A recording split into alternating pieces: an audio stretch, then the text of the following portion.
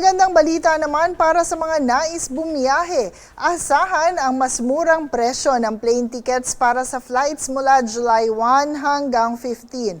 Inanunsyo ng Civil Aeronautics Board ang pagbaba ng